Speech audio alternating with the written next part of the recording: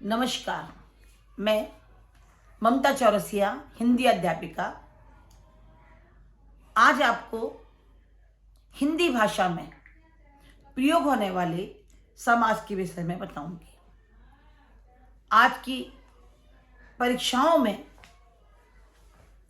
जो हिंदी का अंश आता है उनमें कई प्रश्न समास से संबंधित भी होते हैं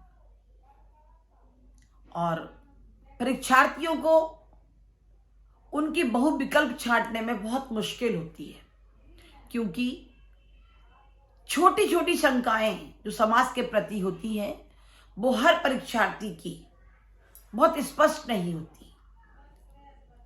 समास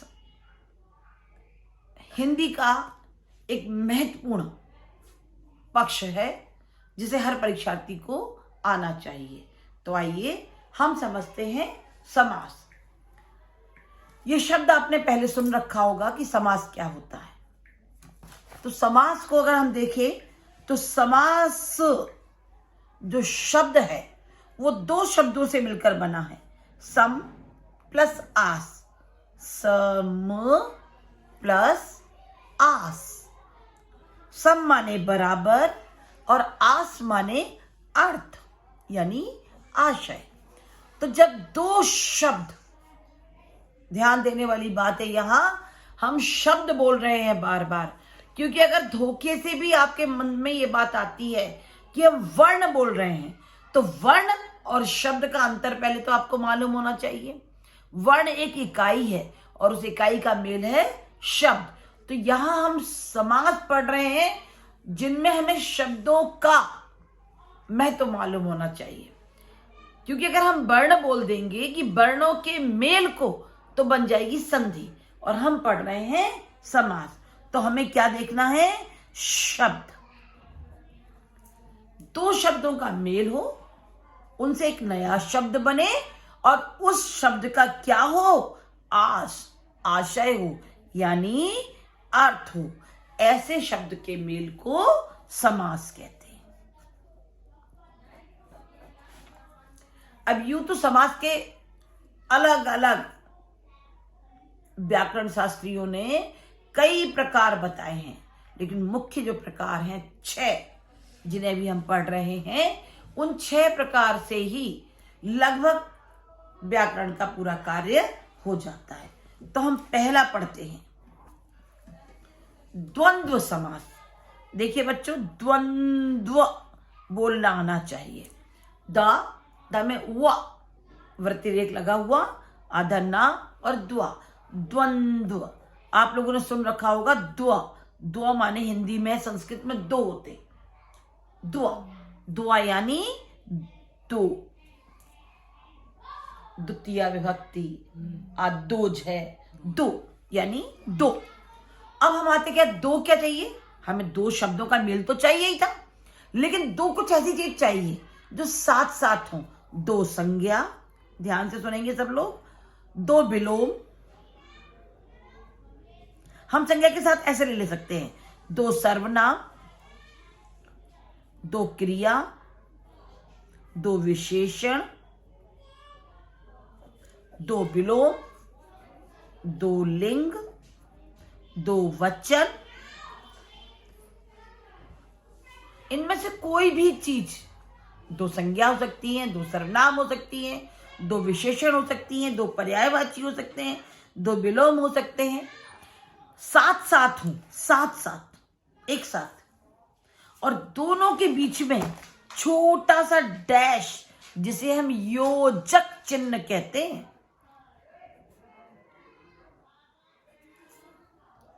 और योजक का मतलब हो और। जैसे हम दो संज्ञा ले सकते हैं, राम लक्ष्मण, यानी राम और लक्ष्मण। हम दो सर्वनाम ले सकते हैं, हम तुम, हम और तुम। दो विशेषण ले सकते हैं, काला गोरा, काला और गोरा। हम दो विलोम ले सकते हैं, ठंडा गरम। हम दो क्रिया ले सकते हैं, खाते पीते। खाते और पीते। हम दो लिंग ले सकते हैं, माता पिता, माता और पिता। हम दो वचन ले सकते हैं, एक अनेक, एक और अनेक। यानी दो संज्ञा, दो सर्वनाम, दो क्रिया, दो विशेषण, दो विलोम, दो वचन, दो लिंग जब कभी एक साथ दिखाई दे आपको और उनके बीच में छोटा सा डैश लगा हो, और उस डैश का मतलब होता है और, ऐसे मेल को कहते हैं द्वंद्व समास। द्वंद्व यानी दो चीजों का मेल। द्वंद्व यानी दो चीजों का मेल। अब चीजों में क्या क्या हो सकती है? संज्ञा, सर्वनाम, विशेषण, क्रिया, लिंग, वचन। ठीक है, ये हुआ द्वंद्व समास, जहां छोटे से डैश यानी योजक चिन्ह का मतलब होता है और। अब हम आते हैं समास के दूसरे प्रकार पर। बहुत ध्यान से सुनिएगा। ये दूसरा जो प्रकार है वो है द्विगु प्रकार। दे दा में वही हुआ, व्यतिरेक लगा हुआ, छोटी ई की मात्रा ग, गा में छोटे ऊ की मात्रा द्विगु। अब यहां पर एक बहुत सरल ट्रिक है। देखिए, नाम से जाएंगे तो कुछ भी नहीं कर पाएंगे। एक सरल ट्रिक है, उसकी ट्रिक है ये।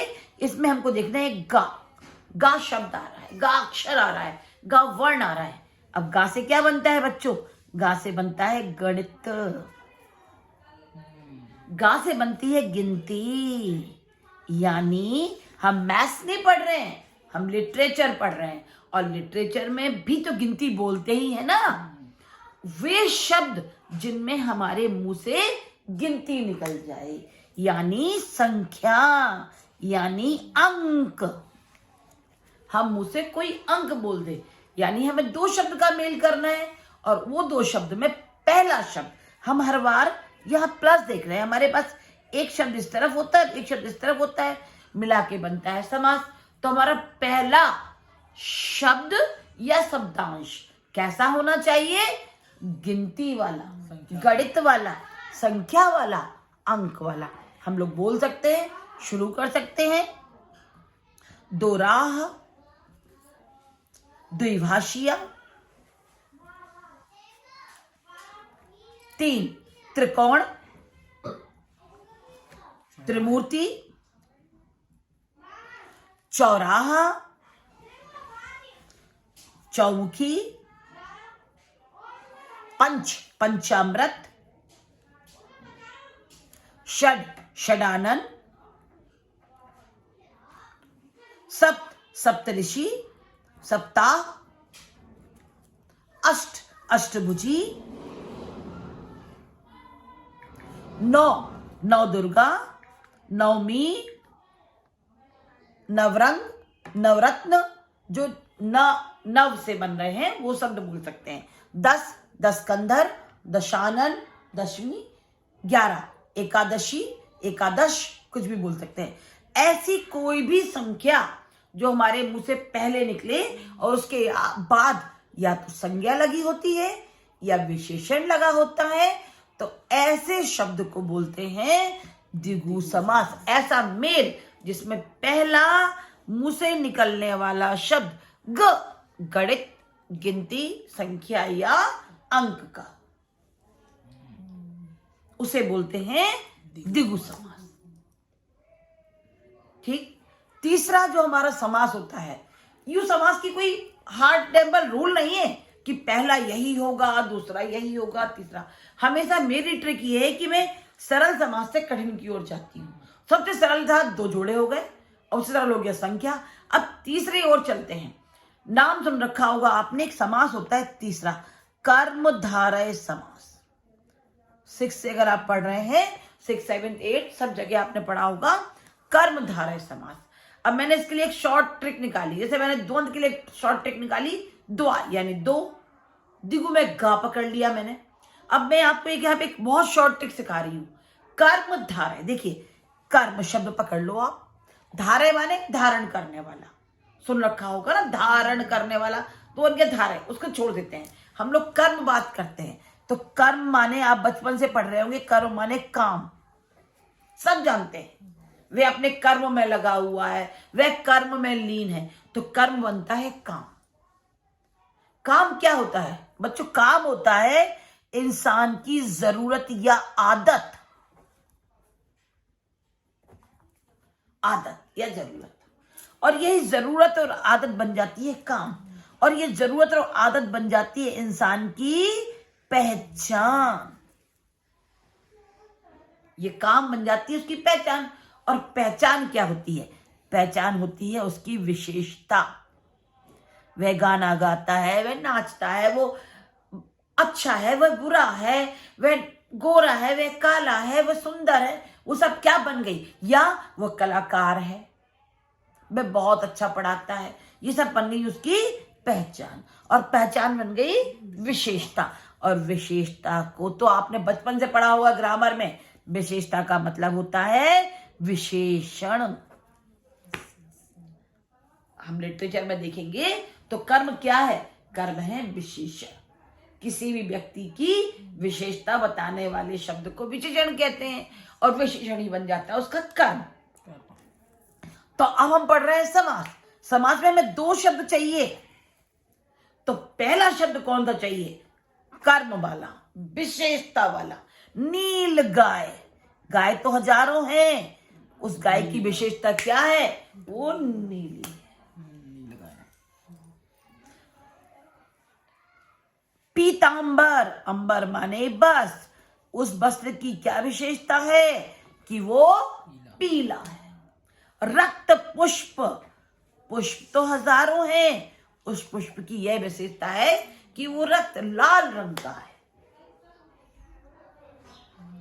चंद्रमुखी, मुख तो सभी के पास है, लेकिन उसका मुख कैसा है? चंद्रमा जैसा है ना। लंबोदर भी इसमें आएगा, आएगा लंबोदर, इसमें आएगा मृगनयनी। ऐसे कोई भी एग्जाम्पल जो किसी के साथ उसके आगे संज्ञा हो, और संज्ञा के संग उसके पहले उसकी विशेषता। अब यहां पे आप लोग कंफ्यूज हो सकते हैं। मैं अगर आपको बोल दूं तो आप कंफ्यूज हो जाएंगे। मैं यहां बोल दूं दशानन, मुख भी तो 10 है, तो कर्म विशेषता है, गिनती आ रही, दिगु में जा रहा है, दिगु में जा रहा है। अब कभी ऐसा हो जाए आपको कि दशानन भी लिखा हो और नीचे ऑप्शन में दिगु भी हो, कर्मधारय भी हो, और बहुब्रीहि भी हो। अभी आपको आगे पढ़ाएंगे, कर्मधारय और बहुब्रीहि में अंतर पढ़ाएंगे, कर्मधारय और दिगु में अंतर पढ़ाएंगे।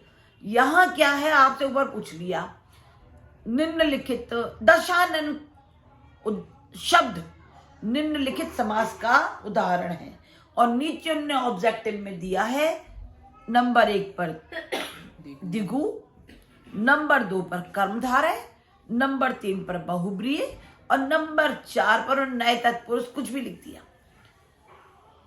सिर्फ अगर ये लिखा है कि दशानन शब्द निम्न में से किसी एक का एग्जाम्पल है, तो आंख बंद करके आपको सबसे पहले दिगु ही चुनना है, क्योंकि उस सेंटेंस में वो उसके आगे पीछे कोई विशेषता नहीं दे रहे। अब अगर इस तरह जरा सा ट्विस्ट दे रहे वो क्वेश्चन में कि दशानन शब्द विशेषण युक्त किस समास का उदाहरण है, तो विशेषण युक्त उदाहरण है वो कर्मधारय समास का। आपको देखना है कि शब्द में के आगे जब वो पूरा सेंटेंस लिख रहे हैं क्वेश्चन का, तो उस क्वेश्चन में क्या ट्विस्ट डाल दे रहे हैं। बच्चों को क्या लगा, दशानन एक बार पढ़ लिया कर्मधारय का, अगर उन्होंने सीधा पूछा है तो दिगु का बनेगा। उनने लिखा है दशानन शब्द विशेषता पूर्वक किसका उदाहरण बन रहा है, तो बन गया कर्मधारय का। तो हम कर्मधारय में क्या सीख रहे हैं? कर्मधारय समास ऐसा शब्दों का मेल जिसका पहला शब्द विशेषता वाला, उसके बगल में उसकी संज्ञा हो, ऐसे शब्दों को कर्मधारय समास, ऐसे मेल को, ऐसे दो शब्दों के मेल को हम कहते हैं कर्मधारय समास। का एक जो प्रकार है चौथा, अव्ययी भाव समास, जिसके लिए मैं बता रही हूं कि अ माने नहीं यानी ना, व्यय यानी खर्च समास है, तो हम लिटरेचर पढ़ रहे हैं, ना अकाउंट पढ़ रहे हैं, ना इकोनॉमिक्स पढ़ रहे हैं। तो यहाँ हम क्या व्यय कर रहे हैं? यहाँ हम शब्दों को व्यय कर रहे हैं। हम 10 रुपए देकर एक समोसा खरीदते हैं, हम 10 रुपए देकर एक पेन खरीदते हैं, यानी हम 10 रुपए का मोड चेंज कर देते हैं। शब्दों को भी हम चेंज करते हैं। बालक बोला, छोटी की मात्रा लगाई, बालिका बन गया, और अंक की बिंदु लगाई, बाल को बन गया। लेकिन वो क्या हुआ, हमारा बालक खर्च हुआ, बालिका बन गया, बालिका खर्च हुआ, बाल को बन गया। कुछ शब्द ऐसे हैं जो अव्ययी यानी अविकारी शब्द हैं, जिनके ऊपर लिंग, काल, वचन किसी भी प्रकार से किसी के साथ भी जोड़ने में उनमें परिवर्तन नहीं आता। यहां तक कि मैं आपको बताऊं कि जो उपसर्ग होते हैं, यानी उपसर्ग जो शब्दों के पहले लगाए जाते हैं, वो उपसर्ग भी, अधिकतर उपसर्ग जो हैं वो अविकारी यानी अव्ययी होते हैं। तो आप सीधा सीधा ये बात है कि वो शब्दों का मेल जिसका पहला शब्दांश कैसा होगा, अव्ययी होगा, और अव्ययी होने के कारण उस मेल को हम बोलेंगे अव्ययी भाव समास। जैसे यथाशक्ति, यथा योग्य, यथा क्रम, यथा अनुसार। या फिर हम बोले भर पेट, भरपूर, भरसक। अब देखिए भर क्या है, एक उपसर्ग है। हमने इसको जिसके भी आगे लगाया, चाहे हमने संज्ञा के आगे लगाया, सजीव के आगे, निर्जीव के आगे, लेकिन उसका भर का परिवर्तन नहीं हुआ। तो हम अव्ययी भाव में क्या सीखेंगे कि वो शब्दांश और शब्द का मेल जिसका पहला शब्दांश अविकारी या अव्ययी भाव होगा, वहां बन जाएगा हमारा अव्ययी भाव समास। ठीक। अब अगला जो समास है वो है बहुब्रीहि समास, यानी हम 5वां समास पढ़ रहे हैं, बहुब्रीहि समास। ये बहु जो है बहुसास वाला नहीं, बहु बहुत वाला यानी अधिक वाला। जिसे हम बहुवचन भी बोलते रहे हमेशा, तो हमें यहाँ बहुवचन नहीं देखना है, हमें यहाँ देखना है बहु यानी अनेक, अधिक। ब्रीह, ब्रीह माने कहना, यानी हम कह रहे हैं, और कैसा कह रहे हैं, अधिक कह रहे हैं। अब कहा तो अभी तक कुछ है ही नहीं, अधिक कैसे हो गया? अधिक कैसे हो गया? कभी आप देखेंगे तो बड़ा पुस्तकों में भरपूर बड़े बड़े शब्द बच्चों को डराने के लिए लिखे रहते हैं कि जहां प्रथम पद और द्वितीय पद मिलकर उत्तर पद बनाते हैं। प्रथम पद जिसका कम प्रभावशाली हो, उत्तर पद अधिक इस तरह से बच्चे चकवे में आते कि क्या उत्तर पद, क्या प्रथम पद। ये मेरी सरल टेक्निक ये है कि मैं पदों पर नहीं जाती, बहुत सरल तरीका यार। 2 चीज मिल रही है, एक पहली है, एक दूसरी है, सीधी सी बात। हम देख रहे हैं एक चीज लेफ्ट में लिखी हुई, एक चीज राइट में लिखी हुई है, तो हमें 2 चीज चाहिए, यानी 2 चीज हमने मिलाई और ऑटोमेटिकली थर्ड, तीसरा उसका शब्द बन गया। हम बोलेंगे नहीं तीसरा, लेकिन सामने वाला अपने आप समझ जाएगा कि हम किसकी बात कर रहे हैं। मैं एक नॉर्मल बोल दूं कि चलिए हम भगवान नीलकंठ के दर्शन करने चलते हैं, ऑटोमेटिक आप सबके दिमाग में आ जाएगा शंकर जी। नील, नीले, कंठ, गला, नीले कंठ वाले अर्थात शंकर जी। मैंने शंकर जी तो बोला ही नहीं। अगर हम बोले मां वीणा वादनी की स्तुति गाते हैं, तो आपको अपने आप समझ में आएगा वीणा वादनी यानी वीणा को बजाने वाली मां सरस्वती। तो क्या हुआ कि 2 शब्दांश मिले, पहला और दूसरा शब्द का मेल हो, और तीसरा अर्थ बहुब्रीहि, अधिक बात समझ में आ जाए। कहा जाए 2 चीज और बात समझ में आए, बिल्कुल सीधी सीधी सी बात है। दशानन, 10 मुंह वाला अर्थात रावण। अब क्वेश्चन में कैसे लिखा रहता है? ऐसे लिखा रहेगा। अब आपको प्रथम पद द्वितीय पद से भी लिखा हुआ हो सकता है, किसी किसी क्वेश्चन पेपर में इस तरह लिखा हो सकता है कि नीलकंठ वाले अर्थात शिवजी शब्द का समास होगा, और फिर नीचे आपके क्लिप में ऑप्शन दिए हुए हैं। जब तीसरी बात कह दी गई स्पष्ट, कई बार ऊपर लिखा हुआ है, देखिए ऑप्शन में कैसा आ सकता है, इस तरह भी आ सकता है। 10 मुख वाला है वह व्यक्ति के लिए समासिक शब्द क्या है? 10 कंधर, 10 मुख, 10 शक्ल और दशानन। तो उपयुक्त शब्द है दशानन। दोनों तरीके से पूछ सकते हैं। ऊपर शब्द देकर, ऊपर विग्रह देकर, नीचे समासिक शब्द पूछ सकते हैं। ऊपर समासिक शब्द देकर नीचे विग्रह पूछ सकते हैं। समासिक शब्द भी है, विग्रह भी है, और नीचे समास का नाम पूछ सकते हैं। तो 3 तरह से घुमाकर आपसे प्रश्न पूछा जा सकता है। बहुव्रीहि में एक ही बात याद रखनी है, अर्थात करके आपको उसका पूरा विग्रह मालूम हो तो बनेगा बहुव्रीहि समास। खत्म। अब लास्ट नॉट टू लीस्ट, तत्पुरुष समास। तत्पुरुष का मतलब होता है, तत् माने संस्कृत में उसका, पुरुष, स्त्री पुरुष वाला नहीं, मेल देन फीमेल नहीं, जो हम संस्कृत में पढ़ते रहे हैं, प्रथम पुरुष, मध्यम पुरुष, उत्तम पुरुष। ये जो हमारी साहित्यिक भाषा का पुरुष है, उसमें स्त्री पुरुष से मतलब नहीं, उसमें एक व्यक्ति की बात हो रही है। अब यहाँ व्यक्ति की बात भी नहीं हो रही है, यहाँ हो रही है कारक की बात। आपने क्या कारक पढ़े? अगर आपने कारक नहीं पढ़े तो आपको ये नहीं आ सकता। कारक चिन्ह आना आपका जरूरी है। अब कारक चिन्ह की बात करेंगे तो कारक चिन्ह क्या है? कारक चिन्ह वो शॉर्ट चिन्ह है जिनके बिना हम और आप अधूरे हैं, गूंगे। अगर हमें कारक चिन्ह नहीं आते तो हमें कुछ नहीं आता। कारक चिन्ह जिन्हें हम संस्कृत में विभक्तियां कहते हैं, 7 होती है। कर्ता ने कर्म को करण से संप्रदान के लिए अपादान से संबंध का की के अधिकरण में पे पर।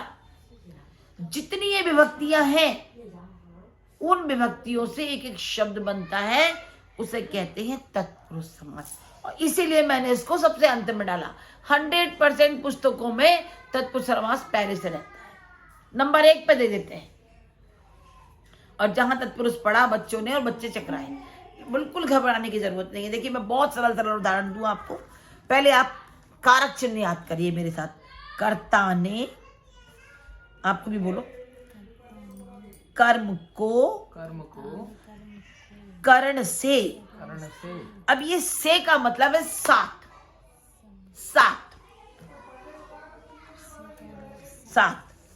संप्रदान के लिए अपादान से। अब यहां फिर से आया, 1 से 7 के लिए और 1 से अलग के लिए। मैं पेन से लिखती हूं, ये 7 वाला पेन है। मैं साइकिल से गिर गई, ये अलग होने वाला से है ना। वह चम्मच से खाता है, ये 7 वाला है। वह पत्थर से मारता है, ये अलग वाला है ना। अपादान से संबंध का की के।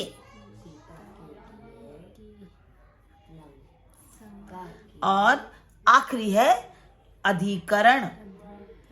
आपको मैं एक बहुत अच्छा सा उदाहरण दूं जिसमें आपको लगेगा कि वाह मजा आ गया। मैंने एक बहुत शॉर्ट ट्रिक बनाई है। जब हम कभी कारक पढ़ेंगे तो उसमें हम आपको वो एग्जाम्पल देंगे। अगर कारक अलग से पढ़ेंगे तो मैंने एक बहुत शॉर्ट ट्रिक बनाई है, बहुत छोटा सा एक मैंने अपने आप से तैयार किया है, जिसके आगे ऑटोमेटिकली आप रखेंगे और आपको कारक आ जाएगा। चलिए देखिए, अभी हम तत्पुरुष पढ़ रहे हैं, हमने यहाँ लिखे हुए हैं और आप देखिएगा कि हमें क्या चाहिए। जितने ये विभक्तियां हैं उतने शब्द चाहिए। अब हम पढ़ कर्ता ने पहला।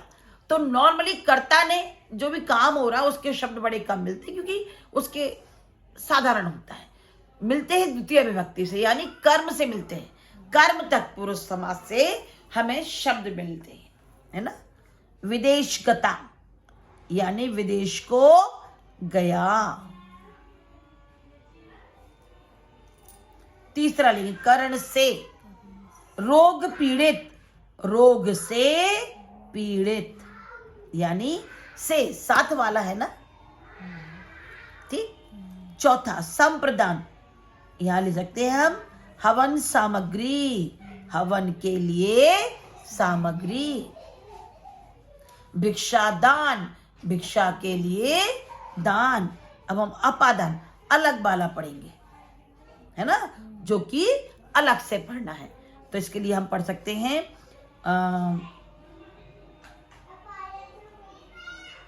नहीं, एक मिनट। जन्मांध, जन्म से अंधा, क्योंकि आंखें अलग ही हो गई, आई नहीं। हम पढ़ सकते हैं संबंध में राजपुत्र, राजा का पुत्र। हम पढ़ सकते हैं अधिकरण में मैं और पर, घुड़सवार, घोड़े पर सवार। जितनी विभक्तियां हैं उतने ही ये समास होते हैं। अब हम समास के अनुसार कैसे पढ़ेंगे? जब दो शब्दों के बीच से विभक्ति का लोप हो, जब दो शब्दों के बीच विभक्ति ना हो, रोग पीड़ित, रोग से पीड़ित, अब से गायब है। विदेश गमन, विदेश को गमन, को गायब है। हवन सामग्री, हवन के लिए सामग्री, के लिए गायब है। राजमहल, राजा का महल, का गायब है। जब भी से विभक्ति गायब होती है तो उस जगह तत्पुरुष समास होता है। जिस विभक्ति का समास होता है, जब हम लगाते हैं तो उसके आगे उसका नाम बोलते हैं। कर्म तत्पुरुष समास, कर्ण तत्पुरुष समास, संप्रदान तत्पुरुष, इस तरह जितनी विभक्तियां हैं हमारी उतना बोलते हैं। इस तरह आपने आज समास पढ़ा। अगर समास के संबंध में आपको कोई शंका हो या कोई और जानकारी आप चाहते हैं, अधिकतर पुस्तकों में एक समास और मिलता है, नए तत्पुरुष समास, यानी नहीं, जबकि उसका प्रयोग बिल्कुल ना के ही बराबर होता है।